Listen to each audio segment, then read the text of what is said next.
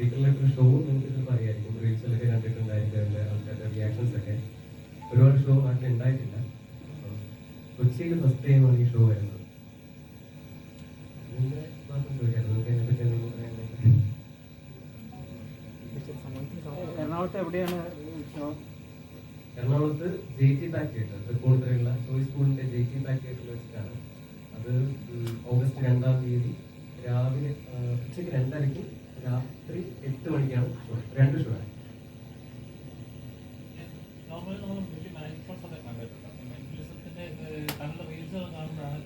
എത്രത്തോളം ഇത് അഡ്വാൻസ്ഡ് ആണ്, അല്ലെങ്കിൽ എല്ലാവർക്കും ഒരേപോലെ എൻജോയ് ചെയ്യാൻ പറ്റുന്ന ഒരു ഇതാണ് താങ്കളുടെ ഷോ ആണെന്ന് മനസ്സിലായി. ഇത് ഇങ്ങനെ ഒരു ഷോ ആക്കി മാറ്റാം എന്നുള്ള ഇൻസ്പിറേഷൻ ഉണ്ട്. സിനിമകളാണ്, എനിക്ക് സിനിമയോട് ഭയങ്കര ഇഷ്ടമായിരുന്നു കുഞ്ഞുനാൾ പോലെ. അപ്പോൾ ഈ സിനിമ കണ്ടിട്ടുള്ള ഇൻസ്പിറേഷൻസ് കാരണം ഒരു ആൾക്കാർക്ക് ഒരു സ്റ്റേജിൽ ഒരു സിനിമ കാണുന്ന ഫീൽ ചെയ്യുന്ന എന്തെങ്കിലും ഒരു സംഭവം ക്രിയേറ്റ് ചെയ്യണം, ഒരു മാജിക് ക്രിയേറ്റ് ചെയ്യണം എന്നുള്ള ഒരു ആഗ്രഹം ഉണ്ടായിരുന്നു. അപ്പോൾ അങ്ങനെ സ്റ്റാർട്ട് ചെയ്തതാണ്. ഒരു ടിപ്പിക്കൽ മെന്റലിസം ഷോയിൽ നിന്ന് മാറി ആൾക്കാർക്ക് ബിയോണ്ട് ദിസ് മെന്റലിസം മാജിക്കിന്റെ എലമെന്റ്സ് ഒക്കെ ഇതിനകത്തുണ്ട്, പക്ഷേ ഒരു സോൾഫുൾ ആയിട്ടുള്ള ഒരു എക്സ്പീരിയൻസ് കൊടുക്കുക എന്നുള്ള ഇന്റൻഷനിൽ തുടങ്ങിയതാണ്. എന്താണ് സീക്രട്ടിന്റെ മോട്ടോ? ടൈറ്റിൽ ഇങ്ങനെയാണ്, A show from the heart, ഹൃദയം കൊണ്ട് എഴുതിയ ഷോ. നിങ്ങൾ വരുന്ന സമയത്ത് എനിക്കറിയാം പലരും പല പല ഇമോഷൻസിൽ കൂടെ കടന്നു പോകുന്ന ആൾക്കാരായിരിക്കും. അപ്പോൾ എത്ര വലിയ മുഖ്യമില്ലാത്ത ആൾക്കാരായാലും കുറച്ച് ഒരു 2-2.25 മണിക്കൂർ തിയേറ്ററിൽ നമ്മൾ നോർമലി സിനിമ കാണാൻ പോകുന്നത് പോലെ തന്നെ ഈ ഒരു ലൈവ് പെർഫോമൻസ് കാണുന്ന സമയത്ത് അവർക്ക് ലൈഫിൽ എന്നും ഓർത്തിരിക്കാൻ പറ്റുന്ന കുറേ നല്ല മൊമെന്റ്സ് കൊടുക്കുക. അതുപോലെ ഷോ കഴിഞ്ഞ് വെറുതെ കൈയടിച്ച് പോവുക എന്നുള്ളതല്ല, ലൈഫിൽ കുറേ നാൾ ഓർത്ത് വയ്ക്കാൻ പറ്റുന്ന കുറേ നല്ല മൊമെന്റ്സ് അവർക്ക് കിട്ടണം എന്നുള്ള ഇന്റൻഷനിൽ തുടങ്ങുന്നതാണ്. ഇപ്പൊ എനിക്കൊന്ന് മെന്റലിസം എന്ന് പറയുന്നത് നമ്മുടെ കേരളത്തിൽ ഇച്ചിരി താങ്കളാണ് ഫസ്റ്റ് മലയാളികൾക്ക് എന്താ പറയുക ഇച്ചിരി നോൺ ആയിട്ടുള്ളത്. അതിനുശേഷമാണ് റീൽസിലൂടെ കൂടുതൽ ആളുകൾ മെന്റലിസം എന്താണ്, പഠിക്കണം, എന്തൊക്കെയാണ് പോസിബിലിറ്റീസ് എന്നുള്ള ആളുകൾക്ക് റിയലൈസ് ചെയ്യുന്നത്. പക്ഷേ ഇത് മിസ്യൂസ് ചെയ്യുന്ന ഒരുപാട് പേരുണ്ട് സ്ട്രീറ്റ്സിലും. അതായത് ഇത് ശരിക്കും മെന്റലിസം എന്ന് പറയുന്ന പ്രോസസ്സ് അത് ഒരേ സമയം നല്ലതുമാണ്, അതിന്റെ ഡിസഡ്വാൻറ്റേജും ഉണ്ട്. ഇതെങ്ങനെയാണ് ആളുകൾക്ക് എത്രത്തോളം പഠിക്കുന്നത് നല്ലതാണ്, അതേപോലെ ദോഷവശങ്ങളും ഉണ്ടല്ലോ, അപ്പോൾ ഇതെങ്ങനെയാണ് മാനേജ് ചെയ്യുന്നത്? 2 വിഭാഗം ആൾക്കാർ എത്തിക്കൽ റെസ്പോൺസിബിലിറ്റി മെയിൻറ്റെയിൻ ചെയ്യാത്തപ്പോഴാണ് ഈ പ്രശ്നങ്ങൾ വരുന്നത്. ഒന്ന് പഠിപ്പിക്കുന്നവർ, രണ്ട് പഠിക്കുന്നവർ. പഠിപ്പിക്കുന്നവരോടാണ് അങ്ങനെ ഒരുപാട് ഇൻസ്റ്റിറ്റ്യൂഷൻസ് ഇപ്പോൾ ഒരുപാട് കോഴ്സ് എന്ന് പറയുന്നതിനെക്കാട്ടും ക്യാമ്പ് കോഴ്സസ് എന്ന് പറയുന്നതായിരിക്കും നല്ലത്. അപ്പോൾ 1 മാസം കൊണ്ടൊരു റാപ്പിഡായിട്ടുള്ള ഏതെങ്കിലും ഒരു ടെക്സ്റ്റ് വായിച്ചിട്ട് ഇതാണ് മെന്റലിസം എന്ന് പറഞ്ഞിട്ട് സെല് ചെയ്യുന്ന കുറേ അവസ്ഥ നമ്മുടെ നാട്ടിലുണ്ട്. ശരിക്കും അതല്ല മെന്റലിസം. മെന്റലിസം എന്ന് പറയുന്നത് ഭയങ്കര രസമുള്ള ഇന്നത്തെ പോകുന്ന ഒരു ഭയങ്കര ബ്യൂട്ടിഫുൾ ആയിട്ടുള്ള ഒരു ആർട്ടാണ്. അപ്പോൾ അത് അത്രയും ഒതന്റിക് ആയിട്ടുള്ള തന്നെ പഠിക്കാൻ ശ്രമിക്കുക എന്നുള്ളതാണ് ഒന്നാമത്തെ കാര്യം. 2, പഠിച്ചിറങ്ങുന്ന ആൾക്കാർ നിങ്ങൾ ഡീൽ ചെയ്യുന്നത് ആൾക്കാരെ ഇതിനകത്ത് കുറേ മാജിക്കിന്റെ എലമെന്റ്സും അങ്ങനെ കുറേ കാര്യങ്ങളൊക്കെ ഉണ്ട്. എന്നാലും ഈ ഹിപ്നോസിസ് ഒക്കെ ഡീൽ ചെയ്യുന്ന സമയത്ത് ആൾക്കാരുടെ മെന്റൽ ഹെൽത്ത് വെച്ചിട്ടാണ് നമ്മൾ ചെയ്യുന്നത്. അപ്പോൾ അവിടെ അത്രയും ഒരുപാട് റിസ്ക് ഫാക്ടേഴ്സും കുറേ ട്രോമാസ് ഉണ്ടാകാനുള്ള സാധ്യതകളൊക്കെ ഉണ്ട്. അപ്പോൾ അത് അത്രയും ശ്രദ്ധിച്ച് മാത്രം കൈകാര്യം ചെയ്യുക, അത്രയും ഒതന്റിക് ആയിട്ടുള്ള സ്ഥാപനങ്ങളിൽ നിന്ന് പഠിക്കുക എന്നുള്ള കാര്യം ശ്രദ്ധിക്കുക എന്നുള്ളതാണ്.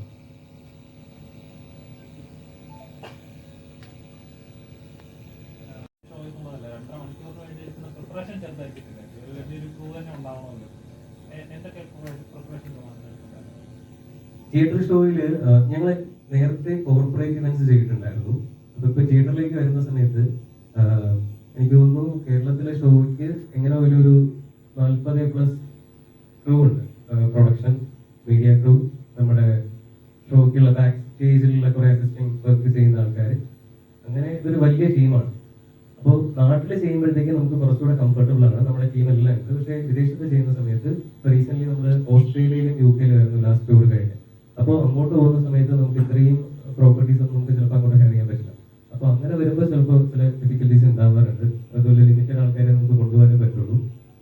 ബട്ട് ഓവറോൾ ഭയങ്കര എൻജോയ് ചെയ്ത് ചെയ്യുന്ന പരിപാടിയാണ്. കാര്യം എൻ്റെ ടീം എന്ന് പറയുന്നത് ടീമിലുള്ള ആൾക്കാരാണ് ഇവർ രണ്ടുപേരും. ഇത് മിത്തു, നിർമ്മൽ. അപ്പോൾ അദ്ദേഹം ആർട്ട് ഡയറക്ടറാണ്. മിത്തു ടീമിലെ ഒരു മെയിൻ ഒരു സ്റ്റാഫാണ്. അപ്പോൾ ഇവരെല്ലാവരുമായിട്ടുള്ള ഒരു പ്രൊഫഷണലി ബന്ധം അതൊന്നുമല്ല, ഞങ്ങളുടെ ഇടയിൽ ഭയങ്കര ഒരു സൗഹൃദമുണ്ട്. അപ്പൊ അതുകൊണ്ട് ഞങ്ങൾ അത്രയും എൻജോയ് ചെയ്താണ് ആ പ്രോസസ്സ് ചെയ്യുന്നത്.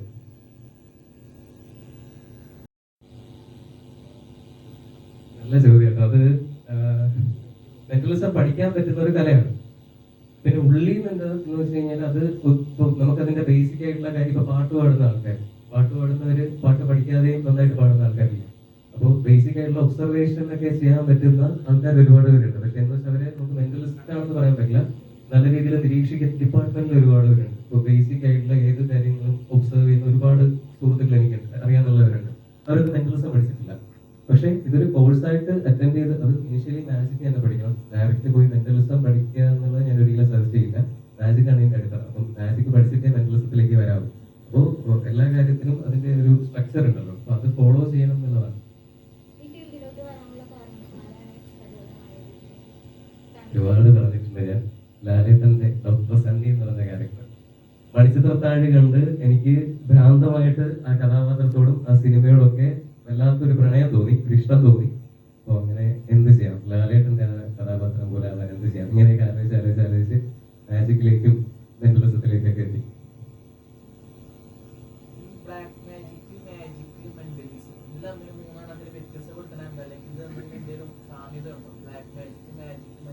ഇതിൽ രണ്ട് സാധനങ്ങളെ നിലവിലുള്ളൂ എന്നുള്ളതാണ് വ്യത്യാസം.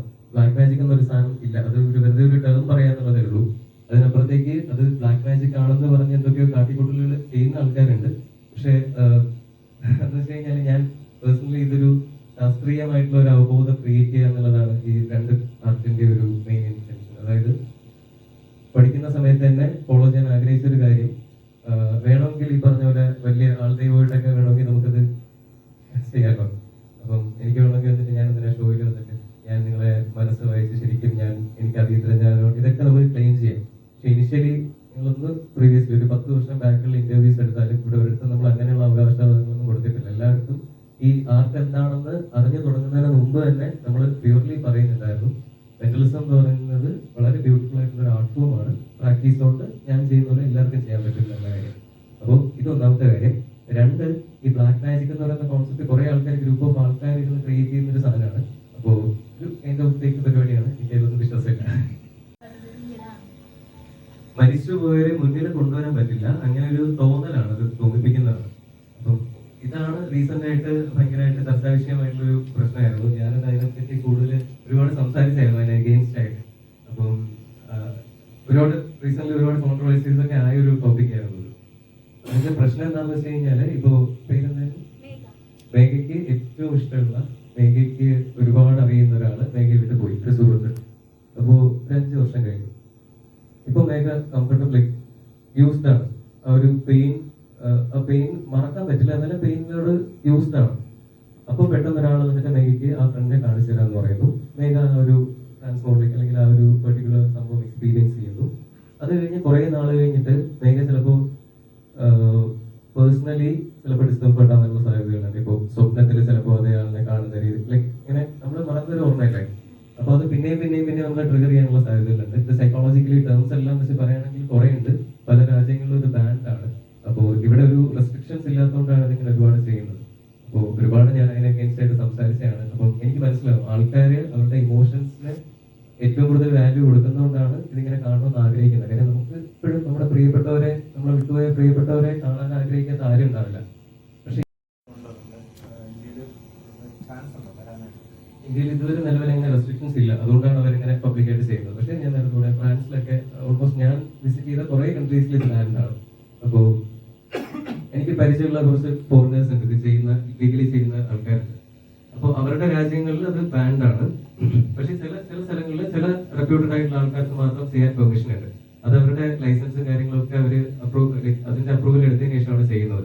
പക്ഷെ നിലവിൽ നാട്ടിൽ അങ്ങനെ എന്റെ അറിവിൽ നിയമമില്ല. ശരിക്കും അത് ഒരു മുമ്പൊക്കെ ഞാൻ വിചാരിച്ചിരുന്നു ശരിക്കും അങ്ങനെ ഒരു റെസ്ട്രിക്ഷൻ വന്നു കഴിഞ്ഞ് കഴിഞ്ഞാൽ ഓക്കെ ഇത് നല്ല രീതിയിൽ ഹാൻഡിൽ ചെയ്യുന്ന ഒരുപാട് ആൾക്കാർ, അപ്പോൾ അവരുടെയൊക്കെ ലൈഫിനെ ബാധിക്കില്ലേ എന്ന് ഞാൻ ചിന്തിച്ചിട്ടുണ്ട്. പക്ഷെ ചെറിയ രീതിയിലെങ്കിലും റെസ്ട്രിക്ഷൻ വരുന്നത് നല്ലതായിരിക്കും എന്ന് തോന്നുന്നു.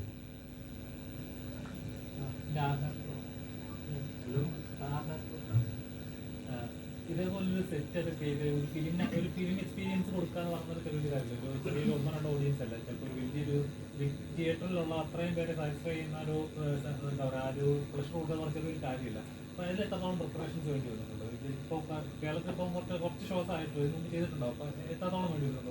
ഓരോ ടൈപ്പ് ഓരോ പുതുമയായിരിക്കുമല്ലോ, ഒരു തവണ ചെയ്ത റിപ്പറ്റേഷൻ വരാതിരിക്കാൻ മാക്സിമം നോക്കുന്നുണ്ട്. നമുക്കൊരു പ്രിഫറൻസോ അങ്ങനെ റെഫറൻസ് ഒന്നും ഇല്ലായിരുന്നു. നമ്മളിന്ന് സീറോയിലാണ് തുടങ്ങിയത്. അപ്പോൾ ഓരോ ചെറിയ മൈനോട്ട് സാധനം പോലും 1-2 വർഷം അങ്ങനെ എടുത്തിട്ടാണ് ഇതിന്റെ ബിൽഡ് ചെയ്ത് വന്നത്. ഇനി ഇതിന്റെ ഒരു സാധനം അസംബ്ലി ചെയ്യാനായിട്ട് നമ്മൾ ഓരോ രാജ്യത്തു നിന്നും ഇത് കളക്ട് ചെയ്തിട്ടുണ്ട്. കേരളത്തിന് പുറത്തുനിന്നും അങ്ങനെ ഫുള്ളായിട്ട് കളക്ട് ചെയ്തിട്ടാണ് ഓരോ സാധനം വിട്ടുകെടുക്കുന്നത്. അപ്പോൾ അങ്ങനെ കുറേ വർഷത്തെ എഫേർട്ടാണ് ഇങ്ങനെ ഒരു സാധനം സെറ്റ് ചെയ്ത് വരുന്നത്. ഓഗസ്റ്റ് 2-ന് ഈ ഒരു സ്ഥാനം ക്യൂരിയോസിറ്റിയുടെയും ആന്റിസിപ്പേഷന്റെ ഒക്കെ ഒരു ഭാഗമാണ്. അപ്പൊ ഇങ്ങനെ കുറെ ഡീറ്റെയിലിംഗ് നമ്മളൊന്ന് ശ്രദ്ധിച്ചു കഴിഞ്ഞു കഴിഞ്ഞാൽ നമുക്ക് ചുറ്റും ഒബ്സർവ് ചെയ്യാൻ പറ്റും. അദ്ദേഹത്തിന്റെ സിറ്റിംഗ് പോസ്റ്റർ ഒരു കംഫർട്ടാണ്. അതിപ്പോ മാറ്റിക്കണോ?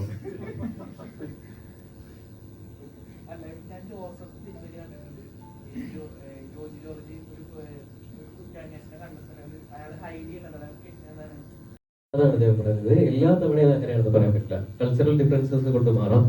ആണാണോ പെണ്ണാണോ എന്നുള്ള കാര്യങ്ങൾ, മെയിൽ ആൻഡ് ഫീമെയിൽ, അതിൽ ആ ഒരു ഡിഫറൻസ് വരുമ്പോഴത്തേക്ക് മാറാം.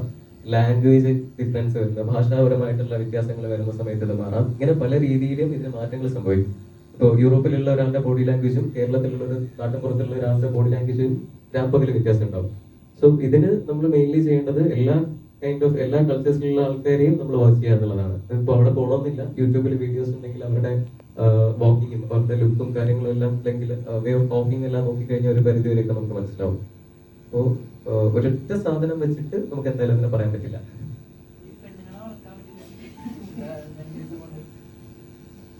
പെണ്ണുങ്ങളെ വിളയ്ക്കാൻ ഈ ചോദ്യം എന്നോട് പേഴ്സണലി ഒരുപാട് പേര് ചോദിച്ചിട്ടുണ്ട്. പക്ഷെ ഒരു ഇന്റർവ്യൂവിൽ പബ്ലിക് വേദിയിൽ ഇത് ആദ്യമായിട്ടാണ് എന്റെ ഒരു മനുഷ്യൻ ചോദിക്കുന്നത്. എന്തെടുത്താ വേണ്ട, പേരെന്താ?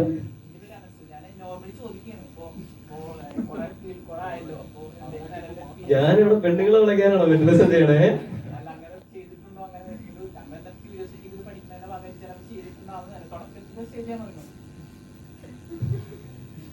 ഇത് ശരിക്കും അതിനെ സീരിയസ് ആയിട്ട് അപ്രോച്ച് ചെയ്യുന്ന ഒരാളും അങ്ങനെ ഒരു രീതിയിൽ അതിനെ മിസ്യൂസ് ചെയ്യില്ല, ഒന്നാമത്തെ കാര്യം. അല്ലെങ്കിൽ അതിനു വേണ്ടി പഠിക്കണം.